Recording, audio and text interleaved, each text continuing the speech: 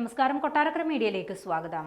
കുട്ടികളെയും കൂട്ടി ഓസ്ട്രേലിയയിലേക്ക് പോകാനുള്ള തയ്യാറെടുപ്പിലാണ് കുവൈറ്റിൽ മലയാളി നഴ്സുമാരുടെ മരണം സംഭവിച്ചിരിക്കുന്നത്.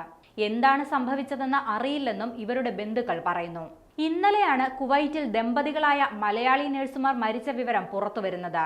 ഇരുവരും തമ്മിൽ കുടുംബ പ്രശ്നങ്ങൾ ഉണ്ടായിരുന്നില്ലെന്നും ഓസ്ട്രേലിയയിലേക്ക് ജോലി മാറാനുള്ള തയ്യാറെടുപ്പിലായിരുന്നു ഇരുവരുമെന്നും ബന്ധുക്കൾ പറയുന്നുണ്ട്. ഇരുവരും തമ്മിൽ പ്രശ്നമില്ലെന്ന് മാത്രമല്ല, നല്ല സ്നേഹത്തിലുമായിരുന്നു. ഏറ്റവും പ്രിയപ്പെട്ട കുട്ടികളായിരുന്നു എന്നാണ് ബന്ധുക്കൾ പറയുന്നത്. ഞായറാഴ്ചയോ തിങ്കളാഴ്ചയോ മൃതദേഹം നാട്ടിലെത്തിക്കാൻ സാധിച്ചേക്കുമെന്നാണ് സൂചന. സാമ്പത്തികമായും ഇരുവർക്കും പ്രശ്നങ്ങളൊന്നുമില്ല. കുട്ടികളെ കൂടെ കൂട്ടി ഓസ്ട്രേലിയയിലേക്ക് പോകാനിരുന്നതാണെന്നും സൂരജിന്റെ ബന്ധുക്കൾ പറയുന്നുണ്ട്. ഇന്നലെയാണ് കുവൈറ്റിൽ നഴ്സുമാരായ മലയാളി ദമ്പതികളെ കുത്തേറ്റു മരിച്ച നിലയിൽ കണ്ടെത്തിയത്.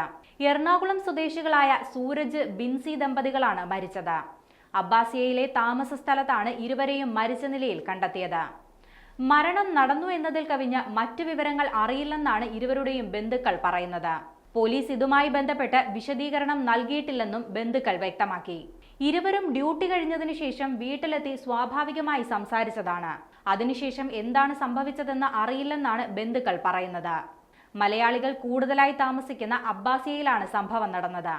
മരണമടഞ്ഞ സൂരജ് ആരോഗ്യ മന്ത്രാലയത്തിലെയും ബിൻസി പ്രതിരോധ മന്ത്രാലയത്തിലെയും സ്റ്റാഫ് നഴ്സുമാരാണ്.